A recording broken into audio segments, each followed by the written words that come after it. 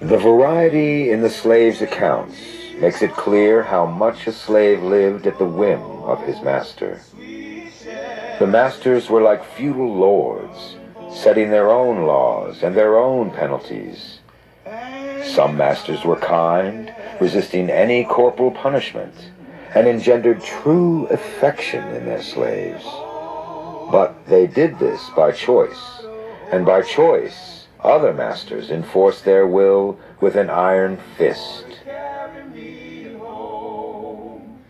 As people have done throughout history, slaves often found solace in religion.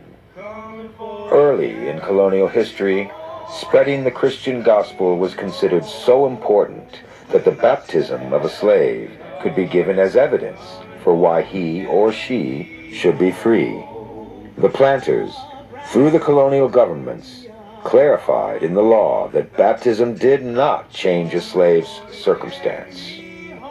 In the early colonial years, Africans tried to maintain their own religions. These might be indigenous African beliefs, or often Islam.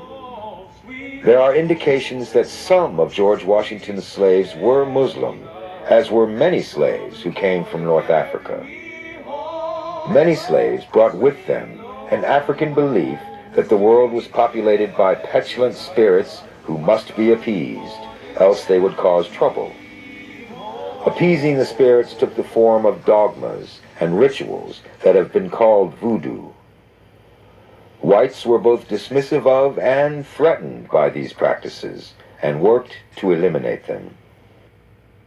In the mid-1700s, slaves began converting to Christianity in large numbers as part of a religious revival that swept the English colonies.